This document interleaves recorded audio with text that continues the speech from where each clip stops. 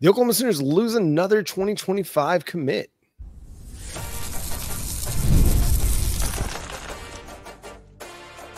You are Locked On Sooners, your daily podcast on the Oklahoma Sooners. Part of the Locked On Podcast Network, your team every day. What's up, Sooner Nation? Welcome to Locked On Sooners, and thank you for making Locked On Sooners your first listen every single day. Shout out to all the everydayers out there. Today's episode is brought to you by FanDuel. Place your first $5 bet, and you'll get started with $200 in bonus bets guaranteed. Visit FanDuel.com to get started. Jay Smith over there. I'm John Williams. The Oklahoma Sooners lost Kamari Moore, decommitment. He was a promising three-star defensive tackle prospect out of Lee Summit North, and now is reopening his recruitment, I should say. Yeah, he's looking around. He's doing his shopping. And, I mean, this is the second defensive lineman we've lost in the last 10 days. Floyd Picard out of Miami Central also has decided to reopen his recruitment. And no, I have zero concerns about Trent Wilson. I think that he's completely locked in, especially after seeing what this defensive line is doing. I know that he's excited about that. It's kind of surprising to see these two players in a way, John, but to be absolutely honest, Floyd was a great pickup, but I wasn't sure how long he'd stay because of the distance and the way teams have really been after him. Kamari, I honestly am surprised he was even still committed. And it's only because of just how lucky we've been at Lee Summit High School. Right. Or should you say unlucky? Unlucky, yeah. Yeah, with the way the Williams Nwaneri recruitment went, with the way the Isaiah Mosea recruitment went, the Caden Green situation, basically everybody that was Lee Summit North and connected to Oklahoma went away from Oklahoma. And hey, Kamari stayed committed for a time. I was really excited about this dude. I thought he had an opportunity to be a significant impact player for the Sooners once he got on campus. I thought as a nose tackle, he'd be really, really good. And him and Jaden Jackson as a duo, maybe in 2025, but definitely in like 2026, I thought that'd be a very, very dynamic twosome at the nose. But maybe, possibly, Jaden Jackson earning a starting role as a true freshman. The writing's on the wall. We said the same thing for Floyd Picard, when he decommitted, that the writing's on the wall. Jaden Jackson is your nose tackle now. He's your nose tackle in 2025. He's your nose tackle in 2026. And potentially, if he decides he wants to stick around for 4 years, he's your nose tackle in 2027. So if you're a guy that's hoping to come to Oklahoma and start at the nose tackle, it's a pretty good chance it's not going to happen because of the way Jaden Jackson's done in his first 8-9 months on campus. Yeah, and we're seeing Oklahoma, and the Tennessee game was the first game we actually went into that 3-3-5 set that Brent Venables really likes to do. And you saw a lot of not only run stuffing because our linebackers are built to be run stuffers, but you saw on that defensive line, man, you saw a lot of 1-3-5 technique. 0-3-5 technique is what you really saw out there. And I mean, when you go to the Nigel Smiths of the world, right, you slide down from him into Daniel Okoye going back into the edge, right? You're seeing a lot of the defensive line that we was hoping. Grayson Halton, which should be around a little bit longer. Same thing with Champ Sanders as well as Marcus Strong. We got a lot of dudes down there as they're putting on the weight. It's going to be a couple years before you get somebody in. So, but we still need the recruits, right? And so looking at the landscape, I mean, there's a few players I know that we've had communication with and we're going after. I'm just really wondering what is the strategy that Todd Bates has. I'm wondering if he has some particular players that he wants.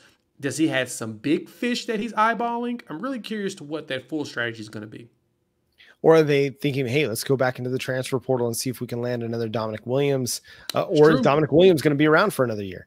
I think most people kind of presumed that he'd kind of be a one and done guy at Oklahoma, come to Oklahoma, spend a year, and then move off to the NFL. But I don't necessarily think we can make that preposition and just assume that he's gone after a year.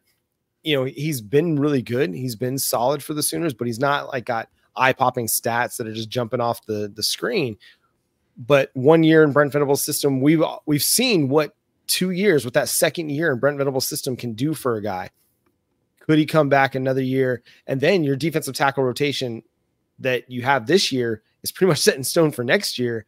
And it's looking pretty strong again. So I'm not concerned about Oklahoma's defensive tackle group, even without Kamari Moore, without Floyd Boucard, because it's still really, really solid. You mentioned Ashton Sanders and Marcus Strong. They've flashed when they've gotten in games. You're seeing the development. You're seeing the progression with those two guys that were a part of that, the 2023 recruiting class. So they've been on campus for a couple of years now and developing.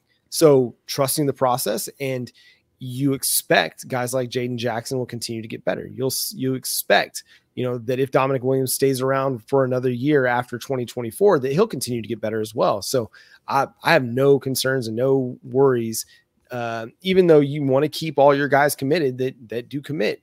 This does open the door for Oklahoma to target another position group. Maybe they feel like, hey, with all the injuries that we've sustained, maybe we have to go in and get another wide receiver.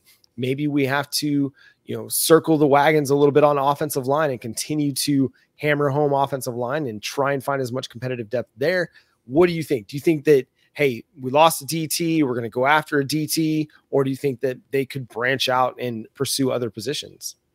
Yeah, to me, it feels like there's a very good chance that the Sooners will probably go after another Dominic in the portal, just like you said. And like you said, there may be a good chance he'll come back one more year, right? His grades have grown each year. And, we talked to Max Chadwick over there at PFF around some of the players, but here at Oklahoma, going from last year or even his freshman year where he was a freshman All-American, his numbers for the most part on defense, run defense and tackling have improved since that first year. Now, last season he was at 80, and this year he's at 79.7. So as the season progresses, it'll get better. But you've seen him get better and better at that, and he's doing a really good job of causing and being disruptive. He got his first sack this season, and I was talking to a buddy. I went back and looked at the numbers for even someone as great as like a Jalen Carter. Jalen Carter had like 3 sacks per season at Georgia. Now, the biggest thing was he was just disruptive. And if Dominic gets his technique down, that's going to be something that they'll look at when it comes to the draft grades and combine. They're going to look how disruptive he is there. Now, Jalen Carter is, of course, a freak of nature, but Dominic's got a lot of plus side to him when it comes to that. He's got the speed. He's got ability to be disruptive.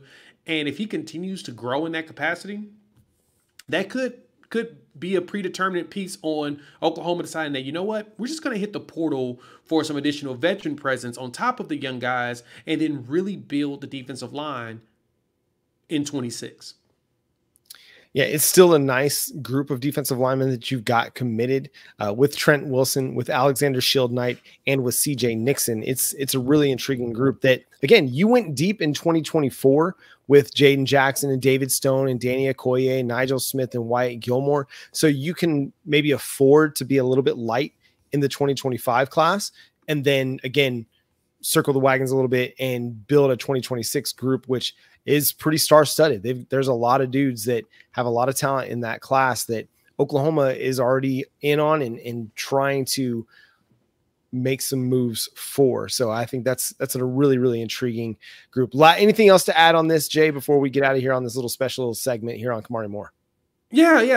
To even add to that, you made a really good point earlier that I think needs to be reemphasized. Jaden Jackson was starting as a freshman, and he's getting a lot of snaps as a freshman. You're going to see a lot more David Stone as the season progresses and then getting late into this season in preparation for next. I anticipate Stone and Jackson playing a ton together with a mixture of, if Dominic comes back, Dominic, as well as a lot of the other guys from Nigel Smith and them going around. I anticipate that the haul of defensive linemen the last 2 years, you're going to see them like crazy. And so bringing in even Trent Wilson, I think that he'll be prepared to push some of the players for opportunity to play early. But if you got a freshman like Jaden Jackson playing early, you're going to have a lot of dudes that we're going to be recruiting for 26 saying, if he can do it, I think I can. And that's where you're going to see some of the big name players really be intrigued about coming to play at Oklahoma. And that's going to do it for this episode of Locked On Sooners. Thanks so much for tuning in, being a part of the show. Subscribe to the show wherever you get your podcasts. Follow Jay on Twitter at Unfair Sports, and myself at John 9 Williams. The show is at Locked On Sooners on all the social media profiles, programs, platforms, whatever you want to call it.